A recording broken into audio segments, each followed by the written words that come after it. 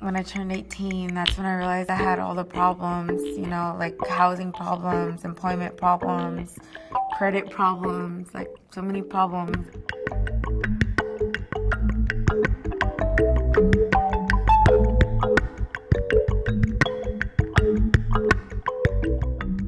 It is part of our mission to go out into the community and educate people about the law and the ability for them to get free legal help with their issues. Foster youth need lawyers more than non-foster youth because there's no natural support system for them.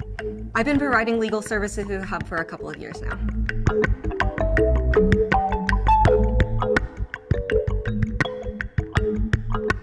A little bit over a year ago, I realized I had a large mass in my abdomen that they couldn't identify. I had that surgically removed. That's when I really started freaking out because I knew that they knew I didn't have insurance and all of that needed to be paid for somehow. And I received all the mail from Stanford and San Jose Hospital. I was getting pretty much overwhelmed because it was some large numbers and it was a total of $100,000 plus. I didn't know what to do. So I was scanning and forwarding all these letters and bills to Carrie. She told me to just communicate with the hospitals and if somebody was harassing me that to redirect them to Carrie Lou, so then she could take that off of my back, which was really helpful. My Lacey attorney was doing above and beyond and all this type of research, and she had let me know that there's a charity program that could help me out through the hospital, so I did not have to pay anything out of that, over $100,000 to this day, and I'm healthy.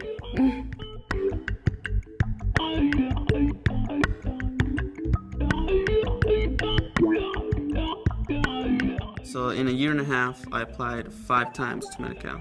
I was denied, or I never got a response. Sometimes I just got a letter saying, you are too old to be in the foster care system. So I found Carrie and I told her my situation, and she was like, yeah, I'll help you out. I'll just make a few phone calls, and you shouldn't have to be, as a former foster youth, you shouldn't have to be trying so hard. And she fixed the problem in a week.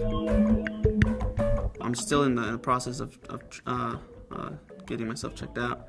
But yeah, now it's great because I can, and before I didn't have that option.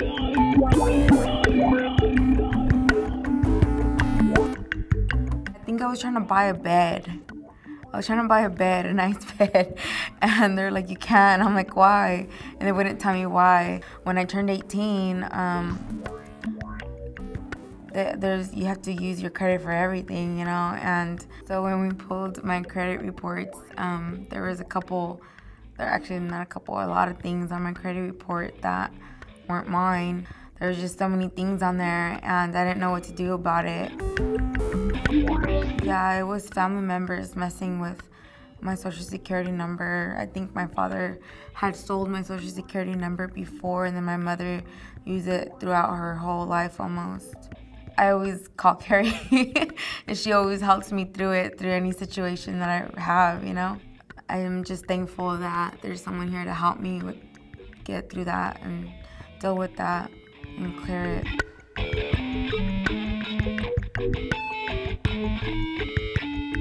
After I left the group home because of aging out, I was placed at a homeless shelter, and at the homeless shelter, I tried to figure out where to go to figure out everything. You can't have this program, and this program, which was housing, Medi-Cal, and even food stamps. I couldn't get. My case manager at the time told me to talk to Carrie Lou, who was a Lacey attorney that would help me more than I can do for myself. I talked to her, told her about my situation. It intrigued her because she didn't understand why this was happening. With the housing, we actually had to go to court for it. The judge reviewed, and he said because of me being in a group home prior to my 18th birthday, I am still technically a former foster youth. What it does is it helps me with paying rent and helping me find jobs, helping me find studios or apartments, and all around just like gives me $300 for food, and they give me a monthly bus pass, and they're just there to help me make sure that my living situation is better than it was before.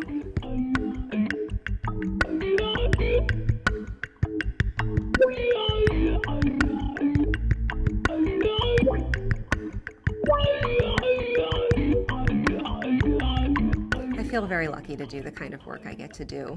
My clients are really special young people, and they didn't get a fair break in life. So I feel like maybe I'm one of those resources that helps level the playing field for them. If I didn't have Carrie Lou, Lacey, or anyone help me, I would be back in a homeless shelter and going from one shelter to another shelter to another shelter. We have health insurance, you know, and it would be much tougher. Would probably be in a large amount of debt. I mean, I can't even imagine if we didn't have Lacey Lawyers, how it would be like. It would be horrible. So now what I'm doing is I'm working security over at Apple. I'm a student at San Jose State University.